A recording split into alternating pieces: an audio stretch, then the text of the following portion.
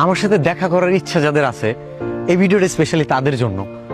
যদি দেখা করার কারণটা এমন হয় যে বিলাল ভাই অনেক পপুলার হয়ে গেছে, ভাইয়ের সাথে গিয়ে ছবি তুলবো, ভিডিও বানাবো এবং ওই ভিডিওটা দিয়ে আমি আমার পেজ তৈরি করে ফেলবো, লক্ষ লক্ষ ফলোয়ার তৈরি করে ফেলবো, তাহলে এটা একটা ভুল ধারণা হবে। কারণ শুধুমাত্র ওই ভিডিওটাই রিচ করতে পারে, ওই ভিডিওটাই মানুষ দেখবে। তো বাকি ভিডিওগুলো দেখানোর জন্য আপনার নিজের কাজ করতে হবে। আর যারা আমাকে অনুপ্রেরণা মনে করেন, আমি তাদেরকে বলবো অনুপ্রেরণা মানে এমন না যে কপি পেস্ট করতে হবে। আপনি যদি আমার মতো হতে চান আপনি হতে পারবেন না। আপনি যদি নিজের মতো হতে চান তাহলে হয়তো বা আমার চেয়েও ভালো কিছু করার সম্ভাবনা আপনার থাকবে। কিন্তু আমার মতো হইতে চাইলে আপনার 1% সম্ভাবনা নাই যে আমার মতো হবেন, কারণ কেউ কারোর মতো হয় না। এই যে আজকে বিলাল ভাই দেখতেছেন, বিলাল ভাই কিন্তু কারোর মতো হওয়ার চেষ্টা করে নাই, সে নিজেকে খুঁজছে। আপনিও আপনাকে খুঁজতে পারেন। তো আমার সাথে যারা দেখা করার জন্য আসেন তাদেরকে যে জিনিসটা ক্লিয়ার করি, আমি কিন্তু বাড়িতে খুবই কম থাকি, একদম সকাল টাইমে চলে যাই, আবার অনেক সময় অনেক রাতে ফিরি। আবার অনেকে মনে করতে পারে ঠিক আছে সকাল 8টায় বের হয়, আমরা সকাল 6টায় গিয়ে উপস্থিত থাকবো, আবার আমি রাতে 3টায় ঘুমাই। আপনি 3টার সময় যে একটা মানুষ ঘুমাইছে, তারা যে 6টার সময় এসে যে ডাকাডাকি করতেছেন, ওই মানুষটার তো একটা লাইফ আছে না। সাধারণ যে জীবনযাপন, আপনি হয়তো ওই দিন একটু আগে ঘুমাই পড়ছেন, আপনার ঘুমটা ঠিকই হয়েছে, কিন্তু যারে ঘুম ভাঙাইতেছেন সে আসলে কয়টায় ঘুমাইছে আপনি জানেন না। আমার কাছে কেন যদি মনে হয় যে কেউ একজন ভাইরাল হয়ে গেলে তার বাড়িতে গিয়ে যাওয়া, ফ্রেন্ডস ফ্যামিলি থাকে, এবং এইটা আমি জানি না কন্টেন্ট ক্রিয়েশন কে কিভাবে নেবে, এটা এক ধরনের উৎপাতের পর্যায়ে চলে যায়। আমি বলতেছি না যে আপনারা আসবেন, কিন্তু ইন্টেনশন যদি এমন হয় যে ভাইয়ের কাছে গেলেই ভাইরাল হয়ে যাবেন, সো পেজ রেডি হয়ে যাবে, আপনি ফেমাস হয়ে যাবেন, কিচ্ছু না। আর যারা ভিডিও বানায় সাকসেস চান, আমি বলবো যে বিল্লাল ভাই না, শুধু কোনো ভাইয়ের কাছেই সামনাসামনি দেখা করেন না। কারণ আপনি ফিউচারে এমন হইতে পারে যার সাথে দেখা করতেছেন, যার কাছে সাপোর্ট চাইতেছেন, আপনি তার চেয়েও বড় কেউ হইতে পারেন, কিন্তু আজকে যদি গিয়ে দেখা করেন সে তো আপনাকে আজকে চিনবে না, বুঝবে না।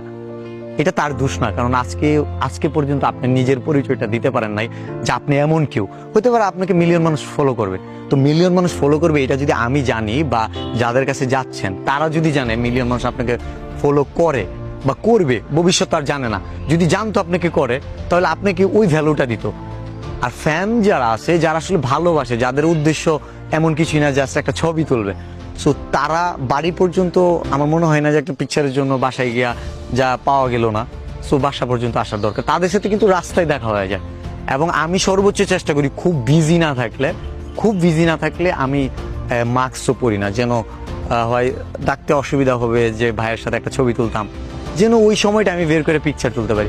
আবার অনেকে পিকচার তুলতে গেলে তখন ভিডিওর আবদার করে, যেটা মোটেও ঠিক না। কেন হচ্ছে গিয়ে আমি এই যে বলি না ভিডিওতে ভাই দূর থেকে আসছে সাপোর্ট করেন, আমাদের কাছে তো অনেকে আসে, কেন এটা বলি না?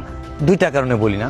প্রথম হচ্ছে যে আসে তাকে যদি এটা বলি, এই ভিডিওটা যদি লাখখানিক মানুষ দেখে বা মিলিয়ন মানুষ দেখে, তার ইন্টেনশন দাঁড়াবো থরসব বিলালের কাছে গেছি, এই ভিডিওটা ভাইরাল হয়েছে, আমি তো একটু কাজ করি, আমি আরেকজনের কাছে যাই, এবং সেও যদি ভিডিওটা বানায় দেয়, ওই ভিডিওটা ভাইরাল হলে সে এরপরে কি হবে জানেন?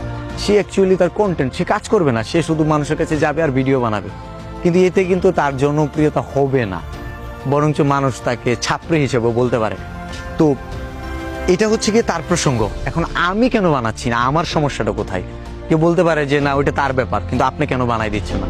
আমি বানাই দিচ্ছি না এই কারণে যে আমি যদি বলি যে ভাই দূর থেকে আসছে, বাইকে সাপোর্ট করেন, কে আমার কাছের মানুষ কি করছে, আমার এলাকার মানুষ কি করছে, তাদেরকে তো বলতে হয়। এখন সবাইকে যদি বলি ভাই আসছে সাপোর্ট করেন, এই ভিডিওগুলো তো ফেসবুক মানে সোশ্যাল মিডিয়াতেই যাচ্ছে, বিভিন্ন মিডিয়াতে যাচ্ছে। তো সোশ্যাল মিডিয়াতে যারা আমাকে দেখছে তারা আমার কাজ দেখবে নাকি সাপোর্ট করা, এগুলো কথা বলা, এগুলো তো কোনো কন্টেন্টের মধ্যে পড়ে না।